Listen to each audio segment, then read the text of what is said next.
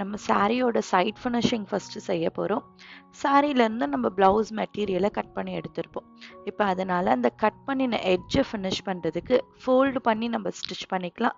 R நீங்கள் பீக்கோ போடுறீங்கனாலுமே பீக்கோ போட்டுக்கலாம். நான் ஃபோல்ட் பண்ணி ஸ்டிச் பண்ணுறதுக்காக எண்டிலேருந்து first 1/4 inch another 1/4 inch total 1/2 inch இங்கே மார்க் பண்ணியிருக்கேன். ஃபஸ்ட்டு 1/4 இன்ச்சில் ஒரு சின்னதாக ஃபோல்டு பண்ணிக்கிறோம். அந்த ஃபோல்டை ஃபாலோ பண்ணிவிட்டு இன்னொரு ஃபோல்டும் பண்ணிக்க போகிறோம். இப்படி நம்ம ரொம்ப சின்னதாக இங்கே ஃபோல்டு பண்ணினோம் அப்படின்னா அதோட ஃபினிஷிங் அண்ட் லுக் ரொம்ப நல்லாவே இருக்கும். நீங்கள் பெருசாக ஃபோல்டு பண்ணுறதை விட இப்படி சின்னதாக ஃபோல்டு பண்ணிக்கிட்டீங்க அப்படின்னா உங்களுக்கு ரொம்ப நல்லாயிருக்கும். ஃபோல்டு பண்ண கஷ்டமாக இருக்கிற துணியாக இருந்தது அப்படின்னா நீங்கள் பீக்கோவாக போட்டுக்கிறது ரொம்ப பெட்டராக இருக்கும். இப்போ நான் இதை ஃபோல்டு பண்ணி ஃபோல்டட் எட்ஜில் நான் என்னோடய ஸ்டிச்சஸை ஆரம்பிச்சுக்கிறேன்.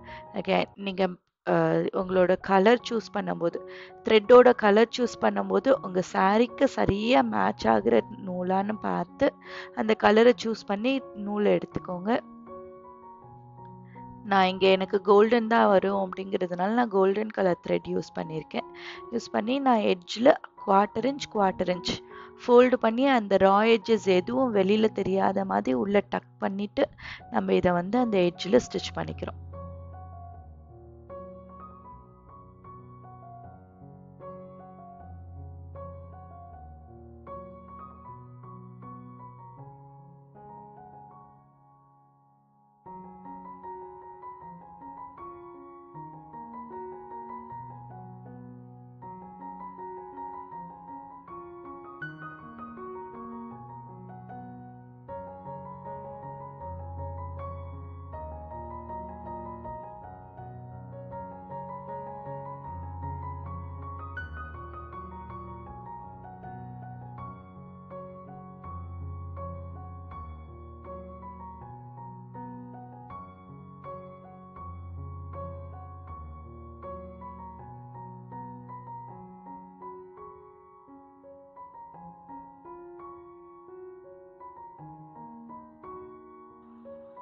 நம்ம இங்கே எண்டு வரைக்கும் வந்துட்டோம். எண்டு வரைக்கும் நம்ம இப்போ ஒரு சைடில் ஃபினிஷ் பண்ணிட்டோம். உங்களோட அனதர் சைடு, உங்களோட பல்லு சைடு, நம்ம முந்தி இருக்கிற பக்கம் உங்களுக்கு இது இருக்குது, டாசல்ஸ் இருக்குது, உங்களுக்கு இன்னும் சாரிலேயே ஃபால்ஸ் இது டாசல்ஸ் இருக்குது அப்படின்னா நீங்கள் அதை அப்படியே விட்டுடலாம். ஒரு வேளை டாசல்ஸ் இல்லாத சாரியாக இருந்துச்சுன்னா அதுலேயும் ராங் சைடில் இதே மாதிரி 1/4 இன்ச்சுக்கு நீங்கள் ஃபோல்டு பண்ணி ஸ்டிச் பண்ணிக்கலாம். ஆர் நீங்கள் அங்கே பீக்கோ பண்ணுறீங்கன்னா இங்கே பீக்கோவும் பண்ணி வைக்கலாம். ஸோ நான் என்னோட இன்னொரு எண்ட்லேயே அதே மாதிரி 1/4 இன்ச் இங்கே எனக்கு ப்ளூ இருக்கனால நான் என்னோட கலர் நூலை மாற்றி ப்ளூ கலருக்கு கொண்டு வந்துட்டேன். ஸோ நூல்லையும் அது என்ன கலரில் உங்கள் சாரீ இருக்கோ வேறு கலரில் நூல் போட்டுடாமல் அதே கலருக்கு நூல் பாபின் அண்ட் மெயின் கிளாத் ரெண்டுத்துலையுமே நூலை மாற்றிட்டு நீங்கள் சின்னதாக ஃபோல்டு பண்ணி வெறும் 1/4 இன்ச்சுக்கு ஃபோல்டு பண்ணி இது போல் தச்சு ஃபினிஷ் பண்ணி கொடுத்துக்கோங்க.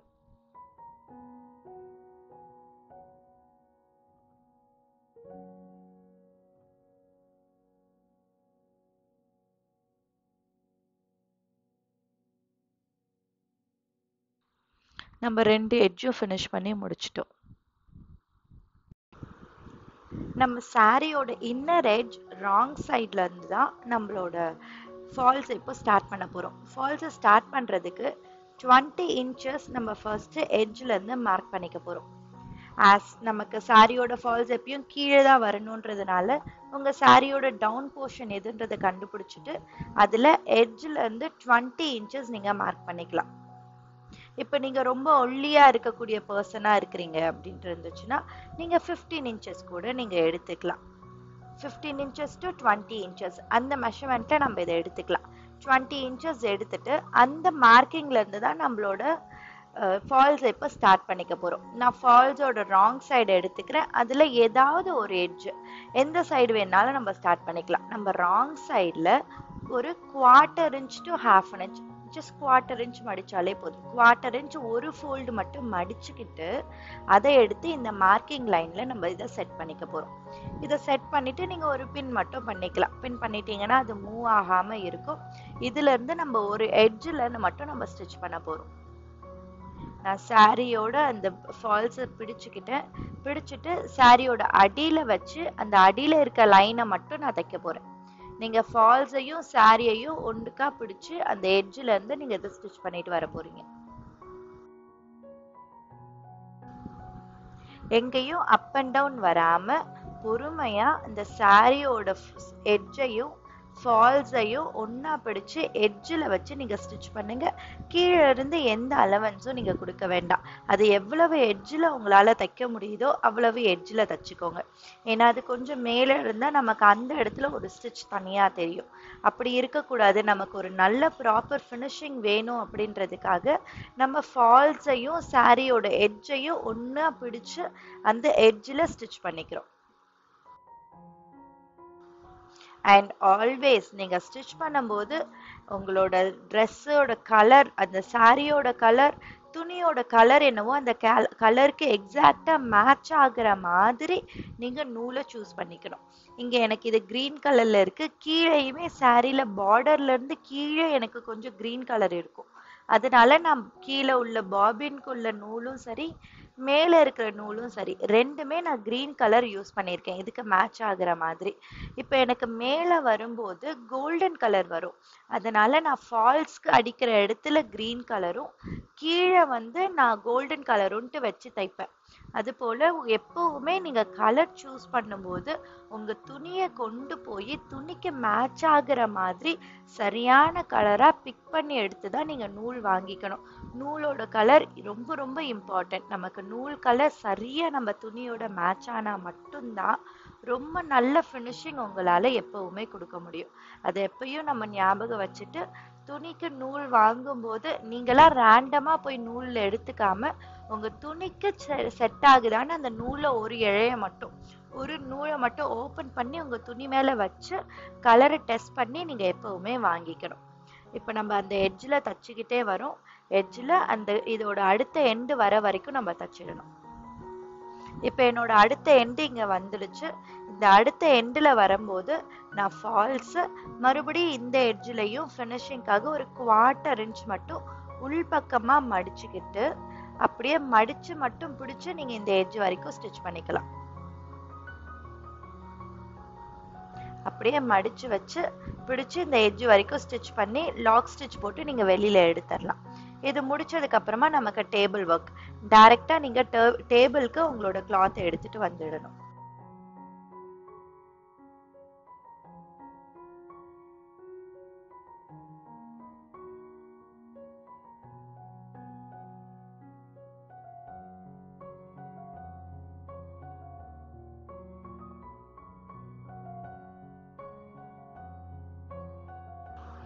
ஒன் சைட் ஸ்டிச் பண்ணிட்டோம். இப்போ நம்ம டேபிளுக்கு கொண்டு வர போறோம். டேபிள்ல இந்த மாதிரி நீங்க ஒருவேளை உங்க வீட்ல டேபிள் இல்லை அப்படின்னா உங்களோட காட் யூஸ் பண்ணிக்கலாம். இல்லை நீங்க கீழே ஃப்ளோரையே கிளீன் பண்ணிட்டு ஃப்ளோரை கூட யூஸ் பண்ணிக்கலாம். நீங்க இது போல ஒரு ஃபிளாட்டான சர்ஃபேஸ்ல உங்க சாரியை நீங்க இந்த மாதிரி ஸ்ப்ரெட் பண்ணி வச்சுக்கிட்டீங்க அப்படின்னா அந்த ஃபால்ஸ் சாரியோட எண்ட்ல நீங்க பின் பண்ணிக்க ஈஸியா இருக்கும். இது போல நீங்க பின் பண்ணிக்கணும். எந்த இடத்துலயும் உங்க ஃபால்ஸோ இல்ல சாரியோ இழுத்து போகாத மாதிரி நீங்க ரெண்டையும் ஈவனா ஃபிளாட்டா இருக்க மாதிரி செட் பண்ணிக்கணும். இது எந்த துணியா இருந்தாலுமே உங்களுக்கு இதுதான் ரூல். நீங்க பட்டு சாரியில பண்ணினாலும் சரி, இல்ல நீங்க ஏதாவது ஷிஃபான் சாரி மாதிரி இருந்தாலுமே எல்லா சாரிக்குமே ஒரு எண்ட்ல நீங்க ஸ்டிச் பண்ணிட்டு இது போல ஒரு ஃபிளாட் சர்ஃபேஸ்ல இதை ஸ்ப்ரெட் பண்ணி வச்சு பின் பண்ணி வச்சுக்கணும் சுத்தி.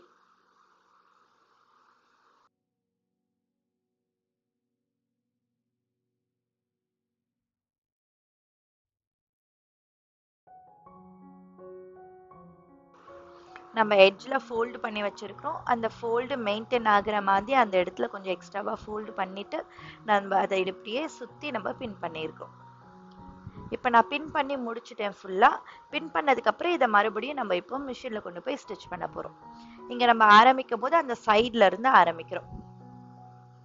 சைட்ல நம்ம எங்க ஸ்டார்டிங் பாயிண்ட், இது எனக்கு ஸ்டார்டிங் பாயிண்ட்ல வச்சு நம்ம பேக் ஸ்டிச் போட்டு தான் எப்பவுமே ஸ்டிச் பண்ணோம். அது போல பேக் ஸ்டிச்சை கொடுத்து அந்த சைட் லைன்ல ஸ்டிச் பண்றீங்க. கரெக்டா ஃபால்ஸோட எண்ட் அந்த எங்க வருதோ அங்க ஸ்டாப் பண்ணி நீடில் அங்கேயே உள்ள வச்சு திருப்பி நம்ம இந்த அடுத்த எட்ஜை தைக்க போறோம். என்னோட ஒரு சைட் ஸ்டிச் பண்ணியாச்சு. எட்ஜில் வச்சு நீடில் ஸ்டாப் பண்ணிக்கிறீங்க. நீங்க சாரியை வெளியே எடுக்காம ஃபூட்டை மட்டும் லிஃப்ட் பண்ணிட்டு நீங்க திருப்பிக்கணும். திருப்பிட்டு இப்போ நீங்க இந்த எட்ஜில் தைக்க போறீங்க. இங்க தைக்கும் போது தான் நீங்க ரொம்ப கான்சென்ட்ரேட் பண்ணிக்கணும். ஏற்கனவே நம்ம பின் பண்ணிட்டோன்றதுனால உங்களுக்கு அது நீட்டா வரும். இருந்தாலும் உங்களுக்கு சாரி ஏதாவது ஒரு பக்கம் இழுத்துடாம இருக்கிற மாதிரி நீங்க வந்து சாரியை ஒரு பக்கம் இப்படி ஸ்ப்ரெட் பண்ணி வச்சுட்டு தான் நீங்க தச்சுக்கணும் எப்பவுமே. உங்க சைட்ல சாரியோட லைன்ஸ் வந்து ஸ்ட்ரெயிட்டாவே இருக்கணும். அது ஒரு பக்கமா இழுத்து போகாத மாதிரி நீங்க சாரியை வந்து ஸ்ப்ரெட் பண்ணி வச்சுக்கிட்டே நீங்க தைக்கணும். அது ரொம்ப கொசன்னு வச்சுக்காம ஸ்ப்ரெட் பண்ணி நீட்டா வச்சுட்டு நீங்க தச்சிங்கன்னா உங்களுக்கு எந்த ப்ராப்ளமும் வராது. நீங்க என்ன ஒரு சிந்தட்டிக் துணியா இருக்கலாம், இல்ல ஷிஃபான் துணி, ஜார்ஜெட் துணி, எந்த துணியா இருந்தாலுமே இந்த மாதிரி பிளேஸ் பண்ணும்போது அதை நல்லா உங்க மிஷின் டேபிள்ல நீங்க நல்லா ஸ்ப்ரெட் பண்ணிடுங்க. ஸ்ப்ரெட் பண்ணி வச்சுட்டு நீங்க வந்து இந்த மாதிரி தச்சிங்க அப்படின்னா உங்களுக்கு அந்த ஸ்டிச்சஸ் ரொம்ப நீட்டா வரும், எங்கேயுமே இழுத்து இருக்காது.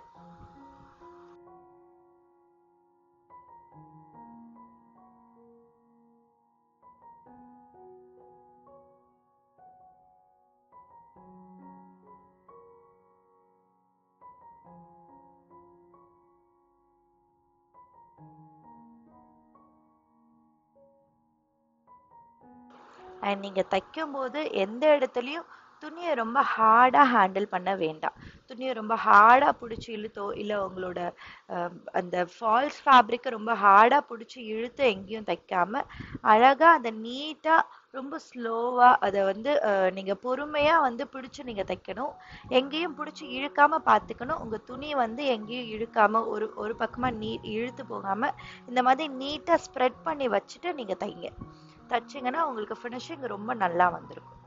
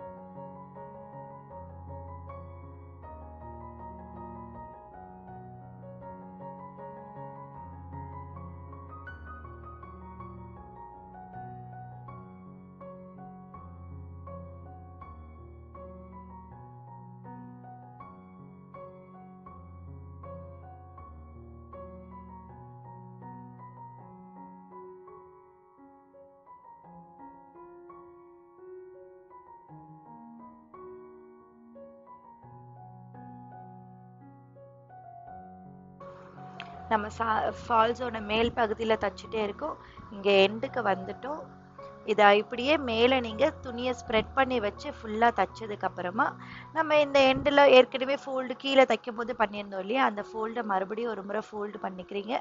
ஃபோல்டு பண்ணிவிட்டு அந்த எட்ஜில் ஸ்டாப் பண்ணி துணியை மட்டும் திருப்பி நம்ம இந்த சைடை ஃபினிஷ் பண்ண போகிறோம்.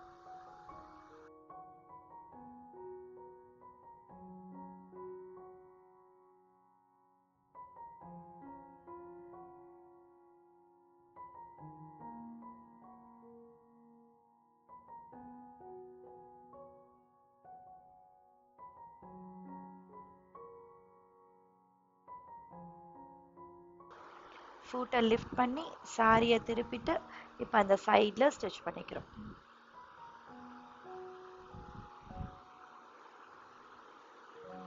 ஆஸ் யூஷுவல் நீங்கள் பேக் ஸ்டிச்சை போட்டு நீடில் வெளியில் எடுத்துக்கிறீங்க. எடுத்து அந்த த்ரெட்டை கட் பண்ணிவிட்டு இப்போ நம்மளோட ஸ்டிச்சஸ் எப்படி இருக்குது அப்படிங்கிறதையும் நம்ம பார்த்துடலாம்.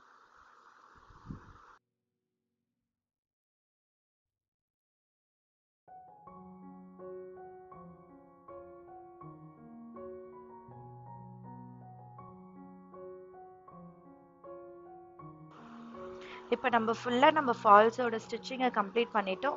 நான் பார்த்தீங்கன்னா கீழே வந்து அதுக்குள்ளான கலர் மேலே தைக்கும் போது அது என்ன கலரில் இருக்கோ அந்த கலர் நூலை மாற்றி தைச்சிருக்கேன்.